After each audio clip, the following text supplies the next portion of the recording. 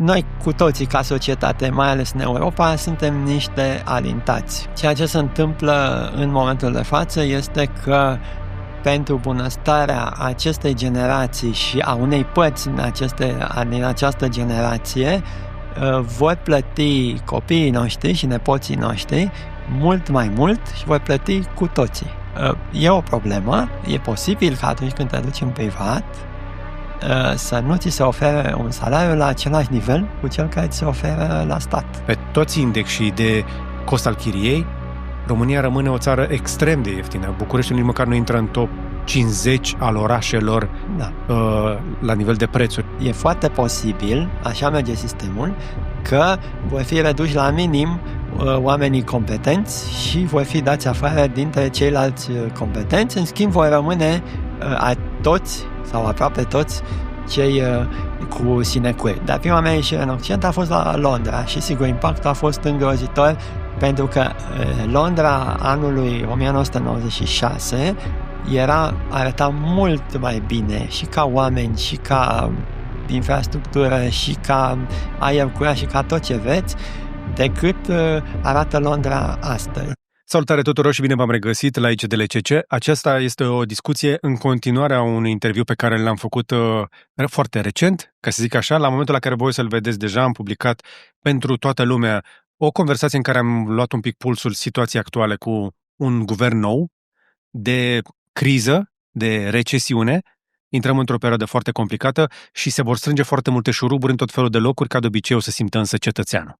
În această discuție, această continuare a discuției cu Dragoș Cabat, pe care probabil îl recunoașteți de aici, am mai stat de vorbă de multe ori despre economie, un om sincer, direct, frust. Nu suntem întotdeauna de acord pe toate subiectele, dar întotdeauna e o voce pe care trebuie să o ascultăm, pentru că nu prea ați dat pe lângă. De obicei le-ați toate pronosticurile pe care le-ați făcut anterior, toate se confirmă, chiar mă uitam la una din discuțiile noastre anterioare mai devreme. În episodul anterior ne-ați făcut tabloul unei mașinării de stat care intră într-o revizie capitală. Revizia nu o să se facă la finețe, nu e ca o mașină de curse. O să încercăm să schimbăm niște piese din mers, mai peticim niște găuri, că vorbeam noi despre metafora cu găleata spartă, vom lua niște măsuri de urgență. Încă o dată, toate astea se vor simți asupra cetățeanului. Și acum, întrebarea de pe buzele tuturor, să zic așa, cum facem pentru a finanța investițiile promise și pentru a acoperi toate găurile alea în contextul unei creșteri a taxelor și impozitelor pe care le vom resimți noi? Cum ne poziționăm noi? Cum ne așezăm noi într-un 2025 care cu siguranță nu are cum să fie mai bun decât a fost până acum? A doua jumătate a anului nu are cum să fie mai bună, nu?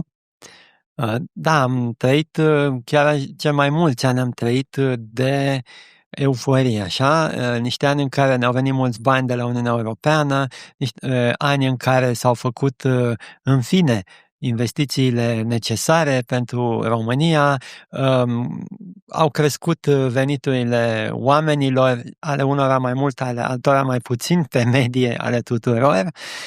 Deci au fost niște ani foarte buni, dar au existat niște costuri pentru lucrurile acestea. Costurile însemnând deficit bugetar din ce în ce mai mare, însemnând datorie publică din ce în ce mai mare, care se apropie repede de 60% din produsul intern brut. Sunt niște lucruri care nu mai sunt sustenabile și partenerii noștri europeni se uită la noi cu o oarecare îngrijorare. Cu siguranță se uită cu îngrijorare prin faptul că cheltuim mult mai mult decât producem, decât veniturile bugetare pe care le avem. Și, de fapt, marea problemă a lor este, pe de o parte, că avem cheltuieli bugetare mai mari pe anumite componente decât este media sau decât este chiar obișnuit în celelalte țări din Uniunea Europeană, iar pe de altă parte veniturile noastre ca procent din produsul intern brut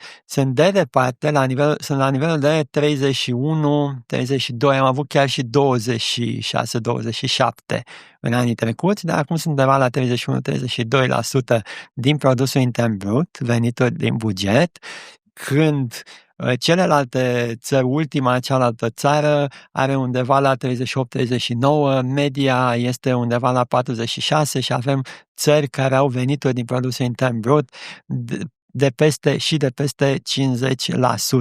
Noi avem cheltuieli de 41-42%, care nu sunt cele mai mari din Europa, ca procent din produsul intern brut, deci 41-42%. Problema este că avem venituri de 32-33%. Astea sunt datele de macro. Da, deci mixul dintre ele ne dă un deficit de 10%. Deci acesta este prețul pe care l-am plătit, ca să înțeleagă toți oamenii, pentru bunăstarea unora dintre noi și nu a tuturor. Dacă ar fi fost pentru bunăstarea tuturor, iarăși era un preț acceptabil. Dar prețul acesta l-am plătit pentru ca unii să fie, aș zice eu, prea bogați și alții să nu simtă așa de tare acest beneficiu al degradării din punct de vedere macroeconomic a finanțelor publice. Eu sunt de părere că atunci când bogații sărăcesc, săracii vor face foame. Deocamdată, în România, până în 2025, în ultimii ani, am văzut dispărând sărăcia lucie. Da? Sunt zone rurale, în continuare, unde sunt mari probleme. Cu toate astea nu se moară de foame. Și asta se vede cel mai bine în simplu fapt că mulți oameni care încearcă să angajeze în agricultură nu reușesc să atragă forță de muncă pentru că oamenii au suficient cât să trăiască fără să facă muncă brută, muncă fizică. Așa este. Mie asta mi se pare un semnal că am eliminat sărăcia lucie, traiul de subzistență din muncă fizică. Da, și eu spuneam de multe ori că suntem niște alintați noi în Europa, chiar și în Statele Unite, unde se trăiește mai prost decât în Europa, în păturile de jos ale societății. Paradoxal, nu ne vine să credem, dar asta este. Săracii lor sunt mai săraci decât săracii noștri. Sunt mai săraci decât săracii din Europa. Da, din general. Europa. Săracii noștri în România sunt mai săraci decât săracii din Austria sau din Germania. Asta e o altă poveste, dar săracii noștri încă... Deci noi cu toții ca societate, mai ales în Europa, suntem niște alintați. Dacă ne comparăm cu Africa, dacă ne comparăm cu Asia de Sud-Est, dacă ne comparăm chiar și cu țări din America Latină, deci suntem... Suntem în top 5% cetățenii ai planetei? N-aș zice top 5%, dar aș zice top 20%, ceea ce e mai mult decât ok. Din punct de vedere al oamenilor cu venituri medii și submedii. Din punct de vedere al oamenilor de top, iarăși nu suntem în top, pentru că sunt... Avem și noi bogații noștri, dar nu avem, cel puțin nu la vedere, supermiliardari. Da? Sigur. Da? Bun, așadar, cam asta e situația în care suntem. V-aș mai ruga doar să ne faceți... tot așa, să ne desenați un pic, să aducem la nivel de buget de familie. Practic, ce ne spuneți dumneavoastră este că în fiecare lună, în ciuda veniturilor decente pe care, să zicem, părinții le-au tot adus în PIB, în produs intern brut, în veniturile familiei, întotdeauna ne-am bazat pe cel puțin încă 10% din exterior. Deci dacă până acum ne veneau, 10.000 de lei, mai venea 1.000 de lei din banii ăștia, nu erau produși de noi, erau cumva parașutați. Sigur. Dar pe dobândă. Da. Și aici e cheia. Și acum vine nota de plată. Acum vine nota de plată. Întotdeauna vine nota de plată, doar că ea se duce către generațiile următoare. Este momentul acum în care nici partenerii noștri din Uniunea Europeană nu mai vor să ne lase să aruncăm către generația următoare un cost extraordinar, pentru că costul e din ce în ce mai mare. Cu cât îl arunci către generația următoare și următoare și următoare, cu atât el se expandează. Deci costul este mai mare. Uitați-vă un pic, dacă vreți la cameră sau la mine, și spuneți acestei generații care vine și care va trebui să plătească nota de plată, ce îi facem? Ce îi fac boomerii ăștia care acum sunt la butoane? Bun, ceea ce se întâmplă în momentul de față este că pentru bunăstarea acestei generații și a unei părți din această generație vor plăti copiii noștri și nepoții noștri mult mai mult și vor plăti cu toții, dar mai ales cei cu venituri medii și mici.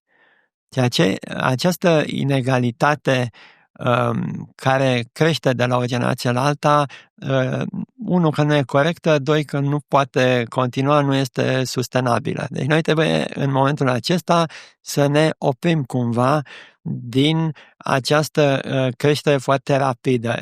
A fost nevoie să ne apropiem de media Uniunii Europene, ne-am apropiat cu cu anumite pături sociale din România, am trecut chiar peste, adică suntem peste media Uniunii Europene și ok. În marile orașe. În marile orașe, cu unii am rămas încă de desubt. Nu este ok, e necesar, face bine să-i aducem și pe ei la o medie, da. Ceva mai încet ca și timp. Nu mai putem și ei oricum nu creșteau suficient de repede, veniturile lor nu creșteau suficient de repede, creșteau mai încet decât veniturile celor din top. Putem în continuare să reducem decalajele, dar probabil va mai dura 10-15 ani, spuneam eu, până când oamenii cu venituri medii și mai săraci din România se vor simți pe cum cei cu venituri medii și mai săraci din țările din vestul Europei. Pentru că pentru ei ce înseamnă de fapt se vor simți similar cu cei din vestul Europei? Înseamnă niște servicii publice de o calitate similară cu cele din vestul Europei. Adică acces la sănătate, acces la învățământ, acces la servicii de administrație publică, toate care să fie decente, la un nivel decent. Acesta e lucru care ne lipsește nouă în momentul acesta. Slavă Domnului, am rezolvat multe probleme. Trebuie să spunem asta. Avem mâncare mai curată, disponibilă, pe care ne-o permitem. Dacă pățim ceva, poți să suni undeva, o să dureze, nu o să vină întotdeauna ambulanța la timp sau nu o să găsești întotdeauna un doctor, dar nu rămâi chiar de izbeliște, deși avem probleme de corupție în continuare și în sistemul medical, așteptare, multe lucruri de rezolvat. Însă cu toate astea, că vorbeați de Africa, am termen de comparație. Absolut. Suntem mult mai bine. Așadar, am câștigat această spuză de civilizație de care trebuie să ținem, pentru că odată ce am obținut-o, este foarte ușor de pierdut. Nu este un câștig pe care îl trecem, gata, l-am pus acolo la fundație, dar construim peste el. Toată chestia asta este vie. Trebuie să o păstrăm în permanență.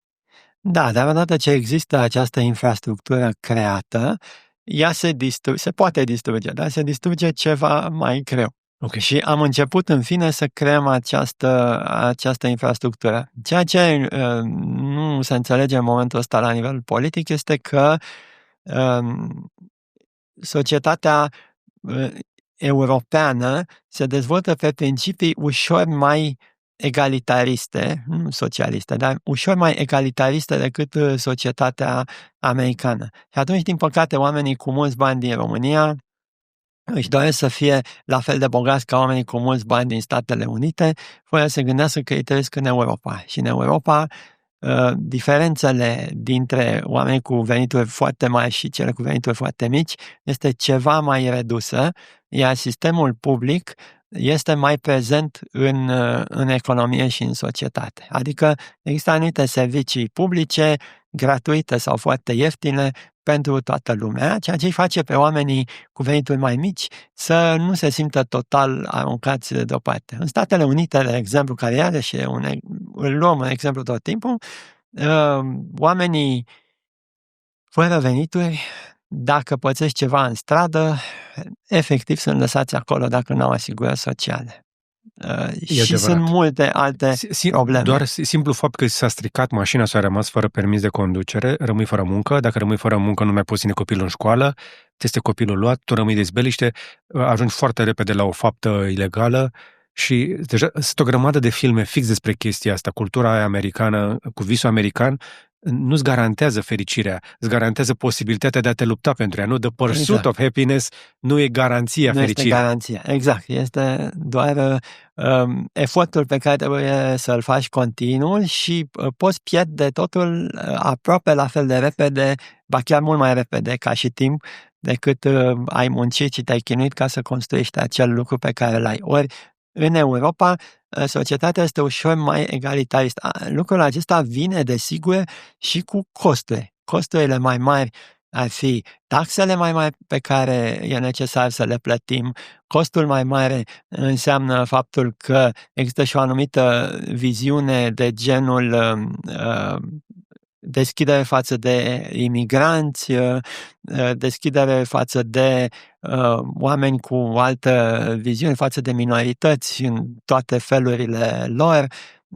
Există și lucruri care ne plac mai puțin, dar Se numește toleranță. se numește toleranță și unele lucruri le acceptăm, altele le acceptăm mai greu, dar până la urmă pentru România faptul că trăim în Europa și faptul că noi de la Uniunea Europeană am fost beneficiari neți de foarte, foarte mulți bani în toți acești ani de când suntem partea Uniunii Europene, a contat foarte mult. Aceasta ne-a adus la media Uniunii Europene, ba chiar suntem acum a 7-a, 8-a economie din Europa. Nu este ceva de neglijat, este ceva important. Sigur, poți să spui, da, dar și ca populație suntem una din țările importante ale Europei. Da, dar cu toate acestea, beneficiile sunt incontestabile ale apartenenței la Uniunea Europeană și întotdeauna aceste beneficii vor veni și cu unele costuri pe care trebuie să ni le asumăm. Lucru pe care îl facem. Sunt zone unde am văzut această deschidere și unii ar spune mărinimie, dar eu aș spune civilizație atunci când vorbim despre refugiați. Am văzut în felul în care românii au primit pe ucraineni atunci când au fost într-o situație dificilă. Mă întristează puțin felul în care am gestionat problema migrației legată de muncă din alte zone ale lumii. Are și ea plusuri și minusuri pe care le vom vedea cu toți în perioada următoare. Mai ales că intrăm într-o perioadă complicată. Preambulul acesta, dacă vreți încă o dată să înțelegeți mai bine, am avut în discuția anterioară o dezbatere mai lungă despre acest contract social. Și la nivel de țară, dar și la nivel de Uniune Europeană, în care încercăm să oferim un pic de echitate, un pic de susținere și celor care nu pot, dar în același timp să penalizăm acolo unde se fură, nu? Să restructurăm, să facem lucrurile să meargă mai bine, să avem mai puține pierderi. Revenim imediat la informații gratis despre lucruri care costă, dar mai întâi vreau să vă povestesc despre Todome.ro, o firmă românească de top care redefinește calitatea și inovația în amenajarea casei. De la porți din fier forjat, au multe modele, garduri moderne și panouri decorative, până la carporturi, inclusiv cu fotovoltaice, preferatele mele, dar și porți culisante folosesc doar materiale premium, rezistente la orice condiții meteo și sunt fabricate la standarde superioare. Însă ce îi face speciali? Păi poți personaliza totul direct pe site-ul lor, de la dimensiuni la design, ca să se potrivească perfect stilului tău. Intră acum pe todome.ro, descoperă oferta și transformă-ți casa cu eleganță și durabilitate. Iar eu i-am ales pentru următorul meu proiect și tocmai de aceea îi recomand cu toată încrederea. Dacă vrei și tu reclamă aici, scrie-ne pe contact@aronbuhnici.ro. În discuția de astăzi am promis că ne concentrăm însă pe strategia la nivel de individ și de familie. Și v-aș propune să ne uităm la câteva personaje. M-aș uita la salariatul de la stat și aș vrea să ne faceți o propunere de traseu pentru cineva care ne urmărește și care poate lucrează într-o companie sau o instituție de stat, apoi un angajat dintr-o companie privată, fie că este ea multinațională, fie că este deținută de un antreprenor român și după aceea să stăm de vorbă și cu antreprenorii, cu cei care ar putea să dezvolte ceva, astfel încât să le oferim oamenilor o imagine mai clară în legătură cu situația de facto și cele recomandări din perspectiva unui econ, cum le se spune oamenilor ăsta ca dumneavoastră, dar în sensul ideal. Iconul este acel om care vede totul prin prisma unui Excel, calculează totul cu plusuri și minusuri și dă niște recomandări. În realitate însă, tot de la dumneavoastră am învățat că oricât am face bugetul familiei, la sfârșit, oricât de mult am încercat să tăiem, bugetul ajunge de cele mai multe ori să arate cu ăla de dinainte. Sigur. Dar măcar încercăm. Încercăm, da. Bun. Și o să las pentru partea de final și niște sfaturi pentru cei mai tineri care poate vor să își ia viața în propriile mâini sau măcar să aibă un pic de autonomie. Mi-a scăpat ceva important, din vreo categorie importantă? Nu, cred că e ok. Da, hai să-i dăm atunci bătaie. Da. Să începem cu un angajat, așadar avem oameni în sistemul bugetar, da? Sunt oameni, evident, în tot felul de servicii esențiale, sunt oameni care lucrează în anumite companii, sunt oameni în administrație. Până când vine bisturiul de care ne-am vorbit în episodul anterior, o să vină toporul. Cum ar trebui să se uite la perioada următoare angajații din sistemul de stat? Sunt oameni de două feluri acolo. Sunt, așa, din nou vorbind cu toporul și nu cu bisturiul. Oamenii sunt de multe feluri, dar așa, de două feluri, din punctul nostru de vedere. Sunt oamenii care chiar își fac treaba acolo și de multe ori se simt chiar nedreptățiți pentru faptul că ei muncesc mult, fac multe lucruri și nu le este respectat efortul sau sunt plătiți la fel de mult ca alții care nu fac treabă, muncesc mai mult decât ar fi ok, sau și mai rău, au sentimentul că nu îi ascultă nimeni, pentru că sistemul acolo este unul ierarhic, îmbătrânit, învechit, să spunem așa, deci cred că nu sunt ascultați. Deci aceștia sunt oameni care chiar pot să facă ceva. Unii sunt îndrăgostiți de munca în administrație publică, alții n-au încredere în ei și cred că nu se pot duce în mediul privat, dar sunt oameni care își fac munca onest și bine. Okay. Există astfel de oameni. Au două variante. Fie chiar să se mute la privat, desigur, e posibil să fie la interviu, să fie privit cu reticență. Dacă îți vine cineva la un interviu, eu am luat foarte multe interviuri în timp și îl întreb unde ai lucrat și spune că el în ultimii 10 ani sau 15 ani sau așa a lucrat doar la stat. Din păcate, clișeul nostru mental este să zic, ăsta e bleneș, nu face nimic, nu știe să gândească, așa, sunt reticent. Asta e un clișeu mental, pentru că omul ăsta s-ar putea să fie un geniu, s-ar putea să fie din acea categorie de oameni care chiar și-au făcut onest treaba și chiar nu mai suportă sistemul de stat și vor să mute la privat, pentru un salariu mai mare sau pentru că nu se simt respectați sau așa. Pentru oamenii aceștia trebuie, sau ar fi foarte bine să aibă curaj, dacă chiar consideră că sistemul de stat nu mai reprezintă, să meargă în privat, pe specialitatea lor, evident, sau dacă consideră ei că pot schimba lucrurile în firma unde lucrează, firma de stat, să încerce să facă acest lucru. Nu idealist, adică, încă o dată, dacă au venit Nicușor Dan și Bolojan, nu înseamnă că dintr-o dată România s-a transformat în țara cea mai corectă și cea mai ok. Dar nici să nu spună de la început, păi la noi așa sunt lucrurile, nu se poate, că se uită urât șeful la mine sau mă dă afară imediat. Bun, mă dă afară și ce? Dacă eu sunt un om capabil și știu că sunt capabil, mă pot duce și în privat și să muncesc. E o problemă, e posibil că atunci când te duci în privat să nu ți se ofere un salariu la același nivel cu cel care ți se oferă la stat. Și asta e un paradox neplăcut al României, faptul că în mediul privat salariile în general medie sunt mai mici decât la stat. Și unde e greșeala?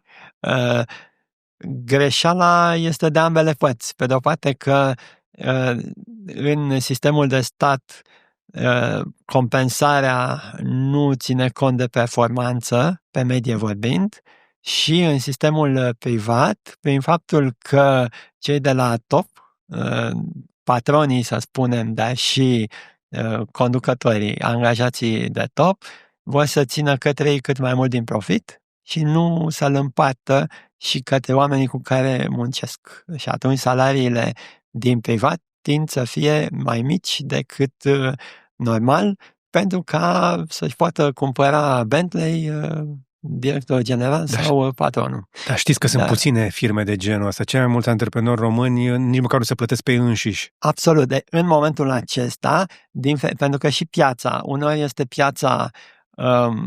piața cererii și alteori piața ofertei de muncă. În momentul acesta, piața este a ofertei, pentru că românii care sunt chiar nemulțumiți de cât sunt plătiți chiar în mediul privat, pot cam oricând, în momentul ăsta, să plece în Germania, Marea Britanie, Franța, dumneavoastră spuneți unde, oriunde în Europa asta, nici măcar nu le mai trebuie pașaport acum, că nici măcar buletinul. Dacă... Unul dintre ei Da. care ne urmăresc aici, unul dintre ei care se uită acum la noi, nu sunt în țară. Da, și ei știu că au această libertate de mișcare extraordinară și că dacă nu le convine în România, au putut pleca. Okay. Nu este gratis și asta este cu un cost, dar există această posibilitate. Întorcându-ne la unde e greșeala. În mod clar însă este o greșeală în faptul că s-a constatat, de statistic, nu vorbim de că ne dăm noi cu părerea, statistic s-a observat și din toate cercetările făcute că salariile în mediul de stat, la firmele de stat, pe poziții similare sunt mai mari decât salariile în mediul privat, pentru oameni care fac cam același lucru. Aici e o problemă. În general se muncește mai mult, se fac și ore suplimentare în privat, deci chiar condițiile sunt mult mai bune la stat. De aceea vedem chiar oameni care au lucrat în privat și se duc la stat ca să se mai odihnească puțin. Am auzit de fenomenul ăsta. Da, da. Ok, va fi mai greu de data asta, o să fie în sens invers. Așadar, recomandarea noastră pentru cei care au competență, care sunt ăia care chiar au habar în birou respectiv, dacă nu vor supraviețui securii care o să intre în sistem, să nu se sperie, vor avea loc și în sistemul privat. Pentru că, slavă Domnului, nu avem așa mult șomaj. Și este cerere clară de oameni în mediul privat. Deci dacă chiar știi să faci lucruri, nu e o problemă să te duci în mediul privat în România acum. Ca să nu spunem că ai și varianta de a pleca în străinătate. Dar hai să spunem Eu am auzit România. voci spunând și am rămas surprins așa, am rămas cum? Că să nu dăm atât de mulți oameni dintr-o dată afară din aparatul bugetar, că o să mărim șomajul. Și mă întrebam, care șomaj? Da. Că noi nu prea avem. Noi nu avem un surplus de forță de muncă care stă în șomaj, care ar fi o povară pe asistența socială sau pe economie. Deci am putea așadar să reorganizăm un pic partea asta de eficiență, deși sunt de acord cu cei care spun că avem nevoie de oameni competenți în aparatul de stat, în administrație. Absolut. Și tare mie că din cauza sinecurilor, primii concediați vor fi ăia care chiar făceau treaba în birou respectiv și vor fi păstrate pilele. Da, este un risc extraordinar. Este unul dintre riscurile care trebuie gestionat bine de miniștri, că nu poți să ceri lui Bolojan să facă el, să se uită pe schema organizațională și pe HR și nu are de unde să știe oamenii din fiecare birou care era sinecură și care chiar muncea.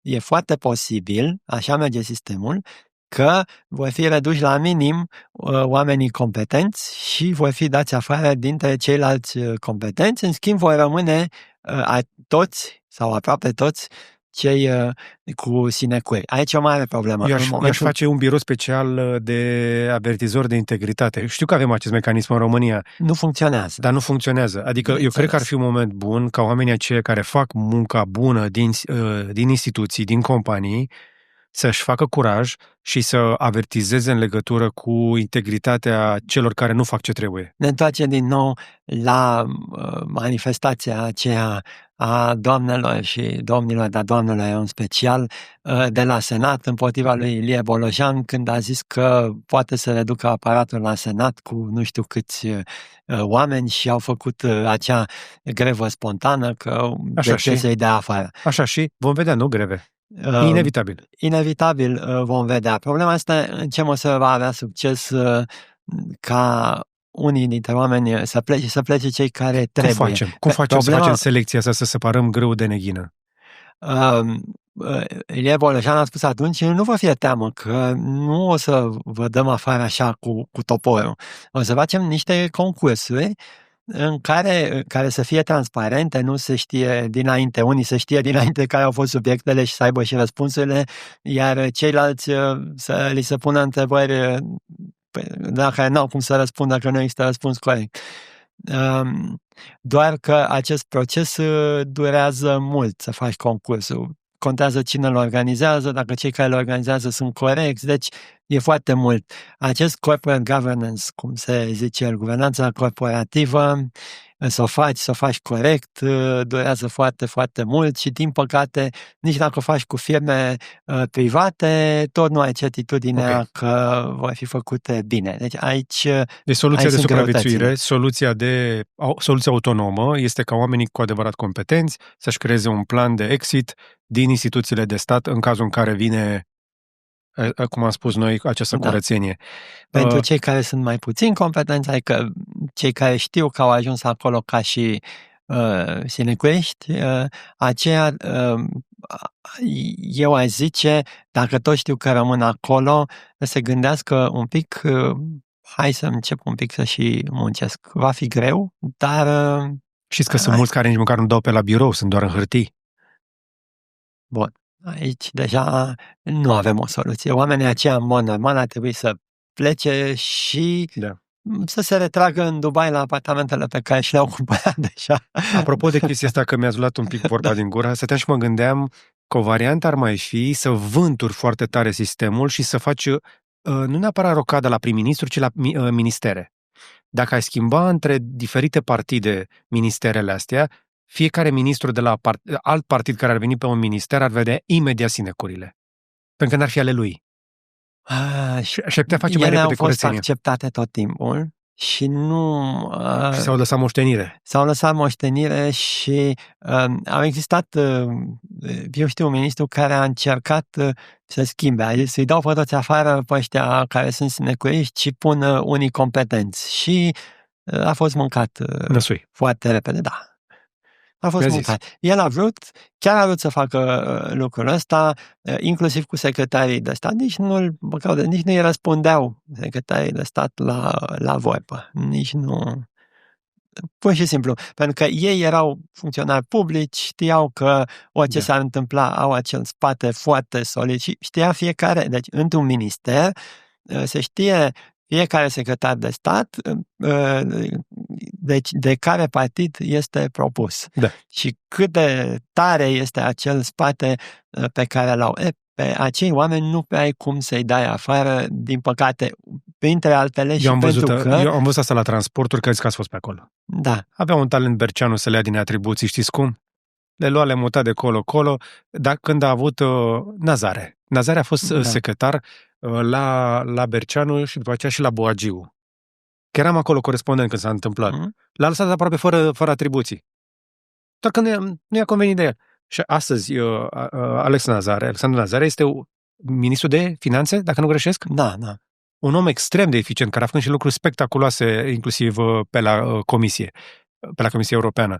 La momentul respectiv, însă, era considerat din afara sistemului și a fost... Deci, miniștrii au instrumente dacă chiar vor să dea putere unui secretar de stat sau să ia. Absolut, da. Pot să-l lase, pur și simplu nu poate să-l dea afară, nu au această putere, dar pur și simplu îl lasă acolo cu un scaun și un birou. Și cam atâta. Mi-aduc aminte George Scripcaru, înainte să fie primarul Brașovului, a fost viceprimar. Și pentru că avea ambiții politice, primarul de pe vremea aia i-a luat toate atribuțiile rând pe rând și l-a lăsat cu ecarisajul. Da. Atât i-a mai dat. Da, este posibil și se pot face lucrurile acestea. N-aveți idee cât de mult se fac și în multinaționale și în companii și într-o bancă, una dintre băncile unde am lucrat, era un șef de sucursală cu care avea ceva mă cu voia președintele băncii privat să își aducă oameni de-ai lui și atunci îi lua omul ăluia și mașina, îi bloca și telefonul mobil, deci îi lua tot și îl lăsa, așa zis, director de sucursală, dar omul ăla stătea și nu asculta nimeni de el din subordine, că doar oamenii ăștia înțelegeau și ei cum se întâmplă. Așa, deci poți fi marginalizat, ca să spun eu așa, în multe feluri. Din păcate, în sistemul ăsta, da, poți să fii foarte competent și să fii marginalizat pentru că nu ești în grupurile acelea. Ce recomandări aveți pentru oamenii ăștia? Este atât de greu de rupt sistemul acesta, este foarte greu și mai ales este foarte greu de rupt aș spune că nu am o recomandare despre care să nu vorbim de ea la nivel teoretic. Pentru că atâta vreme cât avem acolo 4 partide și cu minoritățile nici nu se mai pun, dar 4 partide și un sistem care a mers așa de 30 de ani, e greu de tot de schimbat în momentul acesta. Asta nu înseamnă că ar fi fost mai bună cealaltă variantă, să dăm toate partidele astea 4 și să vină alții care sunt în opoziție acum, că aceea ar fi venit cu o soluție. Nu. Ușor. Din păcate, lucrul acesta, de-aia vă spuneam cu creșterea TVA-ului, că e o măsură care se poate implementa astăzi. Aceste restructurări, această curățare a sistemului durează un pic. Poți pe oamenii aceștia puși politic despre care știi, pentru că se știe, asta e partea bună, se știe ce nu face nimic, de fapt. Se știe, nu e o problemă. Deci dacă ați fi șef de serviciu sau de companie de genul ăsta... Dacă aș fi ministru, dintre secretarii de stat, doar vorbim cu oamenii de acolo din minister, și miniștrii ăștia, chiar dacă sunt căzuți din pom așa aduși din Parlament sau de unde și n-au avut experiență ca și în administrația publică, dacă vorbești cu oamenii de acolo, într-o săptămână afli cine sunt cei care fac treabă, cine sunt cei politici, cine îi susține și totul. Aș încerca să-mi aleg pe cei 2-3 care știu și pot să facă să ducă lucrurile mai departe, chiar dacă sunt puși politic, că politic au fost puși, dar sunt capabili și pot duce lucrurile mai departe, iar celorlalți le-aș lua din atribuții și le-aș lăsa ecaisajul ministerului respectiv, până când, într-un fel sau altul, fie mă dă cineva pe mine afară ca ministru, fie oamenii aceia se plictisesc și se duc la un alt minister. Că știți cum e, ei se duc la un alt minister, nu scap de ei, se ducă în privat, că n-au unde să se ducă. O să vedem niște meciuri de genul ăsta, pentru că vor fi miniștri și secretari de stat care vor încerca, sunt convins. Eu am avertizat pe unul dintre oamenii dintr-o astfel de situație să aibă grijă să nu le dea apă la moară, pentru că cei din tabăra adversă vor folosi orice argument ca să-i faulteze, să le pună piedici în efortul acesta de restructurare. Da. Am vorbit așadar de angajați și am vorbit și de șefii din sistemul public, de la stat. Hai să trecem un pic pe zona de privat. Angajații dintr-o firmă, cum ar trebui să se uite la a doua jumătate a lui 2025? Tuturor ne-au crescut costurile, o să crească facturile la energie, am mai explicat lucrul ăsta în discuția noastră anterioară. Inflația, da, a încetinit, dar faptul că a încetinit inflația nu înseamnă prețurile au continuat să crească, evident. Deci, scăderea inflației este doar faptul că scade rata cu care se scumpesc. Exact, deci se scumpesc ceva mai încet decât se scumpeau până acum, dar nu înseamnă că au început să se ieftinească. Aia se cheamă deflație și s-a întâmplat în România cu câțiva ani, dar nu se va mai întâmpla așa de curând. Da. Ne așteptăm și la o scumpire a carburanților, o scumpire a energiei, mâncarea se scumpește. Ne uitam mai devreme împreună, v-am arătat, plajele sunt goale, în plin sezon la mare. Așadar, românii, că sunt din zona de domeniu public sau din zona privată, sunt atenți cu cheltuielile lor. Însă, să fie atent cu cheltuielile este ceva generic. Ce ar trebui să facă la locul de muncă, în primul rând, înainte de cheltuieli, un angajat obișnuit?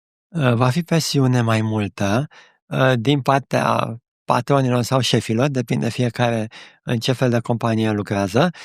Presiune mai multă înseamnă mai multă muncă, înseamnă performanță cerută mai mult. Poate că o mică parte dintre ei o să-și piardă și locurile de muncă, dar nu prea, pentru că, încă o dată, așa cum spuneați, există posibilitatea. E o piață în momentul acesta a ofertei, nu mai este o piață a cererii, adică salariatul are putere destul de multă. Adică sunt foarte multe joburi pentru prea puțini oameni. Sunt foarte multe joburi pentru prea puțini oameni. Nu o să scadă, salariile cum a fost în trecut, la criza din 2011-2012. Nici dacă vin angajații de la stat să pună presiune să avem un pic de șomaj? Nici măcar atunci. Nu o să scadă salariul, pentru că, de ce? Pentru că există totdeauna presiunea aceluiași job din Germania sau din Franța sau de unde spun, chiar și din Grecia. Deci nu vor scădea salariile, dar va fi mai multă presiune pe rezultate. Asta e din punct de vedere al câștigului. Deci banii se vor câștiga ceva mai greu, cu ceva mai multă presiune și ceva mai multe cereri din partea șefilor. Va fi și un moment în care poate o să fie și cazul să te uiți la șefi și să te gândești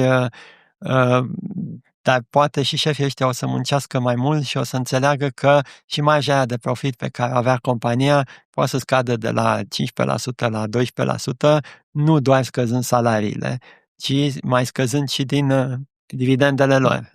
După inflație sau înainte de inflație, marja de care spuneți că este timidă, adică la 8% ți iei titluri de stat și stai. Bineînțeles că da, dar în vremurile mai grele, așa mai dificile, diferența dintre cât ai luat la titlurile de stat sau cât e inflația și marja de profit a unei companii, poate și ea să se micșoreze un pic. Adică nu trebuie, altfel spus, patronul nu e necesar să-și cumpere un Bentley și când firma are probleme. Poate să-și cumpere Bentley sau să-și cumpere 2 Bentley când firma merge extraordinar de bine și să nu-l mai schimbe, să-l mai lase încă 1 an, 2, 3, când firma sau când economia românească în general are probleme. În general, firmele care exportă în special pe relația Germania, în special pe cele de auto și componente auto, dar nu numai, chiar și cele din agricultură, chiar și cele din IT, și IT-ul este destul de lovit, vor avea posibilități ceva mai mici de export și marjele de profit și aici o să scadă. Pot fi mai înțelegători puțin și angajații în sectorul acesta, că poate că nu vor mai crește salariile lor așa cum au crescut în anii trecuți, mai mult decât inflația an de an. Pentru că așa s-a întâmplat, chiar și în mediul privat, dar mai ales la stat, dar chiar și în mediul privat, salariile au cam crescut mai mult decât inflația an de an. Sigur, cu siguranță vor fi oameni care ne urmăresc și care vor lua doar exemplul lor personal și o să zic că ăsta vorbește baliverne, că mie nu mi-a crescut salariul de 3 ani, nu mi-a crescut salariul. Sigur că da, sunt și asemenea exemple, dar noi vorbim pe medie aici. Nu pot lua fiecare caz în parte. Poate că dacă cuiva nu a crescut, problema e fie la compania unde a lucrat, fie la el personal, fie nu știu. Dar nu vreau să intru în polemici de genul acesta. Pe medie vorbind însă, în ultimii ani, și în sectorul privat și în sectorul de stat, dar mai ales în sectorul de stat, salariile au crescut mai repede decât inflația. Deci au acoperit inflația și s-au dus și puțin. Lucrul ăsta se vede foarte ușor în meniurile de la restaurant, dacă vreți, părerea mea, eu mă uit așa din avion, și la chirii. Da. Orașele unde au crescut chiriile sunt un semn clar că și salariile au crescut, pentru că chiria este cea mai mare povară în cheltuiala oricărui salariat. Sigur că da. Da? Și atunci dacă chiriile au crescut, cineva le plătește. Da. E aceeași frustrare pe care am de fiecare dată când ceva este scump, că ceva este scump, o fi scump pentru mine. Dacă prețul ăla este pe acel produs, pe etichetă, cineva plătește. Deci, de bine de rău am văzut că foarte mulți oameni au avut bani de cheltuit în ultimii ani, banii au venit de undeva. În companiile private despre care vorbim, au venit poate din majorări salariale sau poate oamenii au făcut mai multe activități sau cine știe ce s-a întâmplat. De bine de rău am văzut productivitate în mediul privat până acum și dumneavoastră spuneți că ar trebui să ne așteptăm ca în anumite domenii această productivitate totuși să scadă. Săptămâna asta am văzut încă un anunț de la o companie din industria auto care închide un birou din România, săptămâna trecută altul, unele care își restrâng activitate, ori pe partea de software, ori pe partea de componente, ori pe partea de electrice. Europa este în recesiune. Da, sau creștere foarte mică, dar cu anumite țări, în special cele care ne interesează pe noi, Germania recesiune, Franța cam la limită, Italia tot așa cam la limită, sigur, Spania crește, sunt și unele care cresc, dar cele cu care avem noi relații comerciale și suntem subcontractori pentru țările respective, cam sunt în recesiune sau la margine acolo. Deci, din postura unui angajat, dacă ești în situația în care lucrezi într-o firmă privată, care lucrează sau ori cu alte companii din țară, ori către exterior, trebuie să te aștepți la o încetinire a productivității acestor firme și implicit o putere mai mică de negociere a creșterilor salariale. Creșterilor salariale pentru tine, absolut. Mai pe românește, nu cer majorarea anul ăsta. Nu cer majorarea anul ăsta, mai ales și întrebi. Și ții de job. Și întrebi, bun, dar unul care face jobul meu în Germania, îți întreb un prieten din Germania sau din Franța sau din UK, unul care face jobul meu în UK, să spunem, cât i-a crescut lui salariul anul ăsta față de anul trecut? Păi dacă lui a crescut cu 2% și mie mi se propun 3% sau 4%, că inflația e un pic mai mare în România, ar fi ok să zic, da, e bine, nu să cer și 10%. Sigur că aici e frustrarea, că poate că mă întreb de unul care face ceva similar cu ce fac eu și el la statele a crescut cu inflația plus nu știu cât la sută, că așa e contractul colectiv pe ramură, pe whatever, și băi, la de ce la ea se poate și muncește mai puțin ca mine și la mine nu se poate. Aici o frustrare, dar e partea a doua discuție ce am discutat înainte. Aș mai adăuga lucru pe care noastră spuneți destul de des, că dacă te nemulțumește salariul din România, te poți uita oricând în exterior. Aș adăuga și costul vieții, că una este să câștigi 1.000 de euro aici și să fii plătit cu 2.000 de euro în Frankfurt, că diferența aia va fi mâncată instantaneu de costurile cu traiul de acolo. Bineînțeles.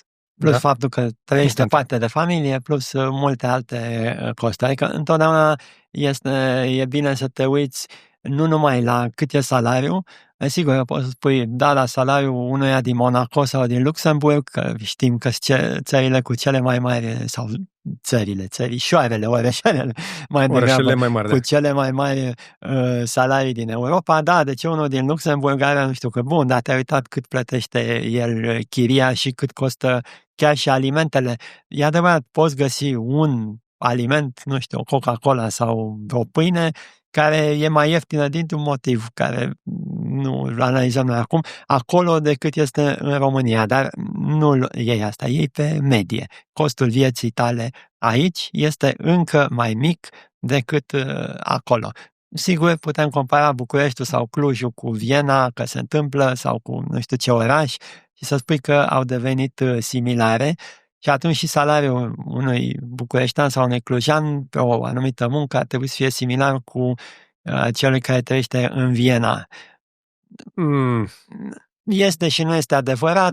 Noi venim din comunism, Viena vine de când a fost imperiul de nu știu cât ani, vom ajunge acolo peste 5-10 ani. Avem o vorbă în Transilvania, ardelenii spun o chestie, că la cât au cărat imperiul austro-ungar doar din Transilvania, s-ar fi putut face o autostradă poluită cu aur.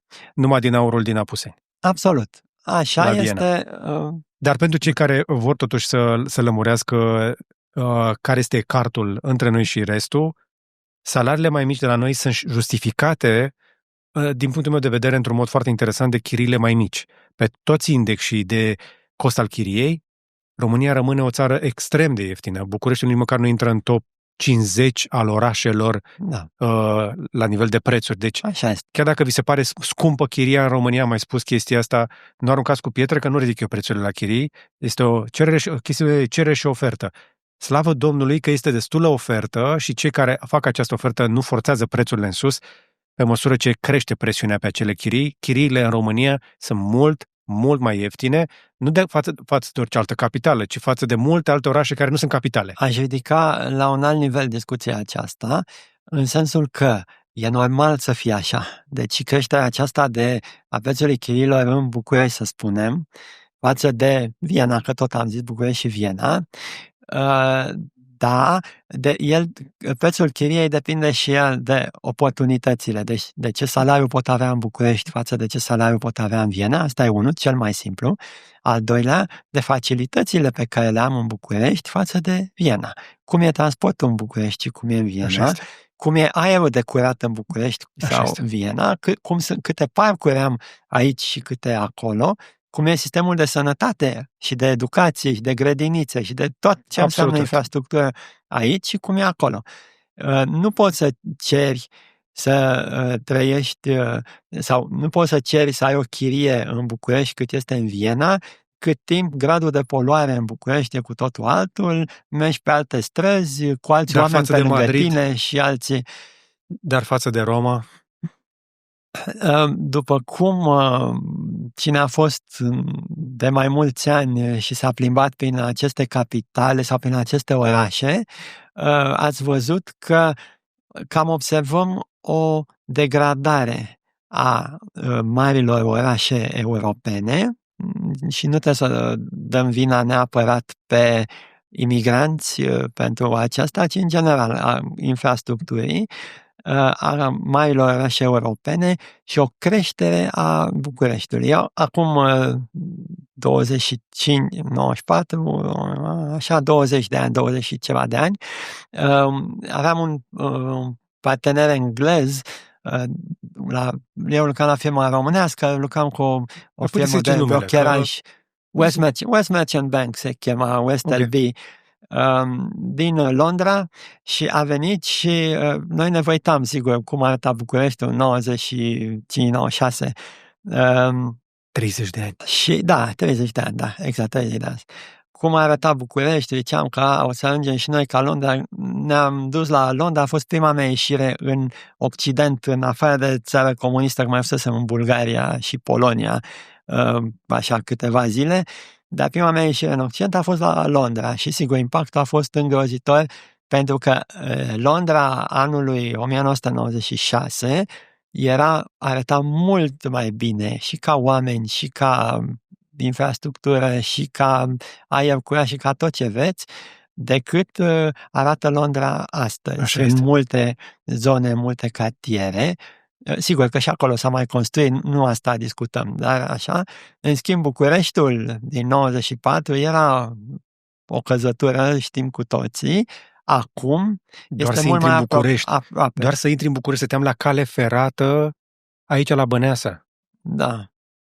Da, absolut.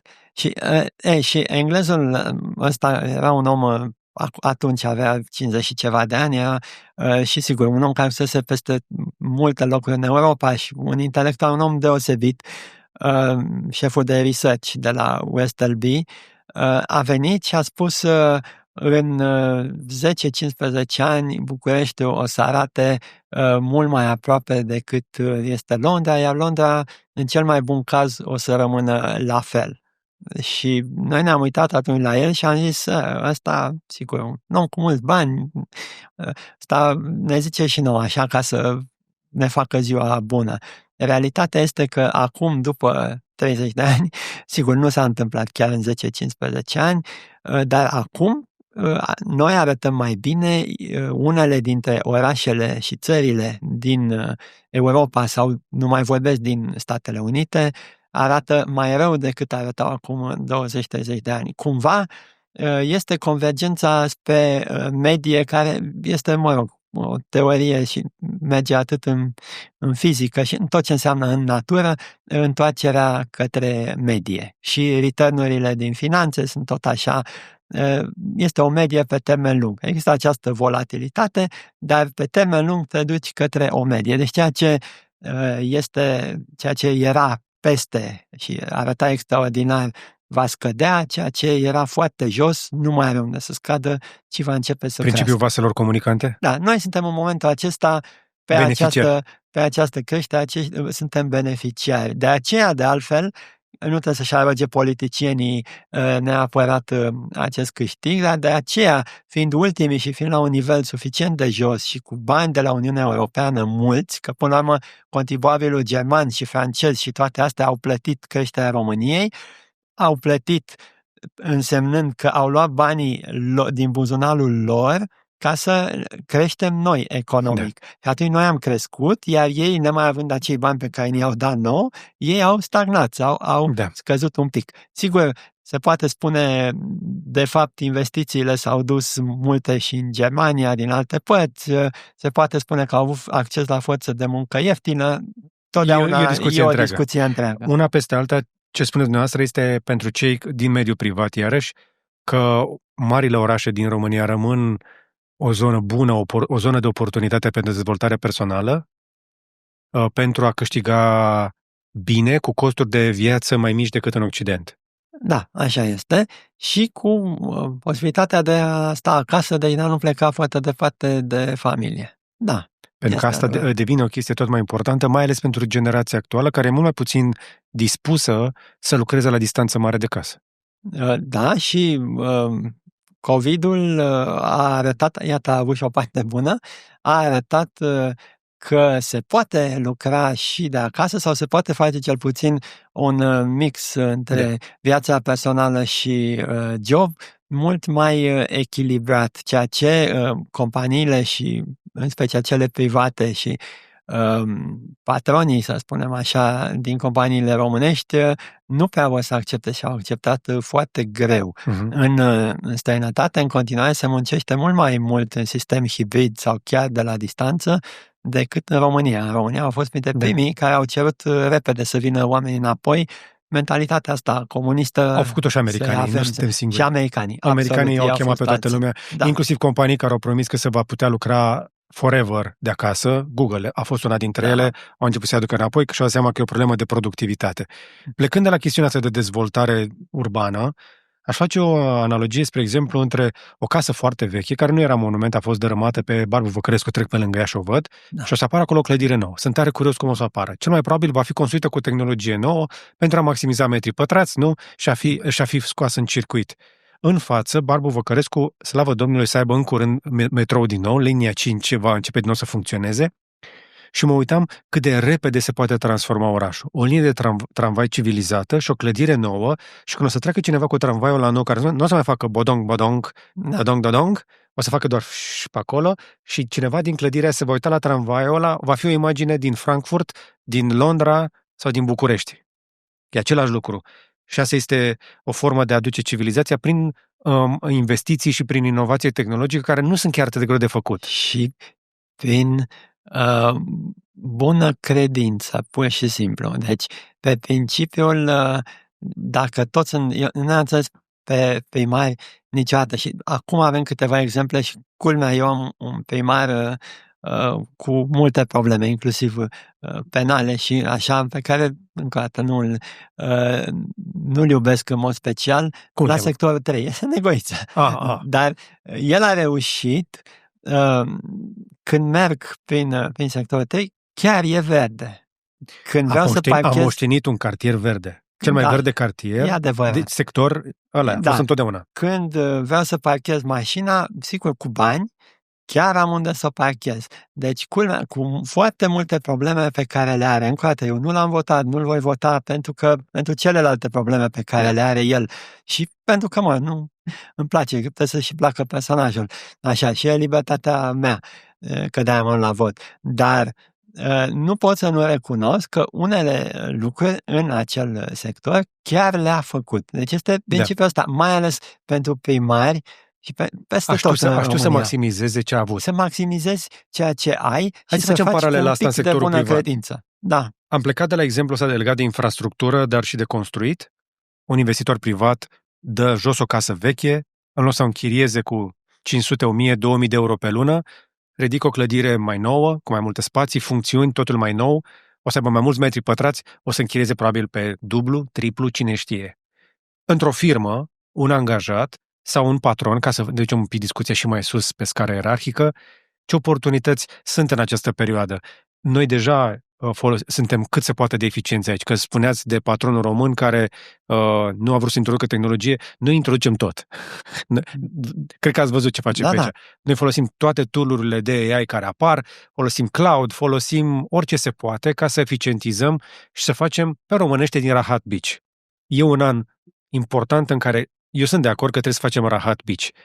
Haideți să-i ajutăm pe cei din companii, fie că sunt angajați, fie că sunt patroni, cum să se uite la instrumentele astea de îmbunătățire a randamentului, nu doar de tehnologie, că la mine e vorba de tehnologie, dar tehnologia e deja o chestie care oricum este abuzată de toată lumea, că vorbim că introducem tehnologie, digitalizăm. Ok, hai să vedem ce faci exact cu aia, că poți să digitalizezi, să faci o chestie mai complicată, să arunci cu mai mulți oameni la problemă după aia, cum am făcut registrul comerțului, că au zis că digitalizează, au băgat 10 de milioane, după aia am angajat oameni că nu mergea sistemul. Da?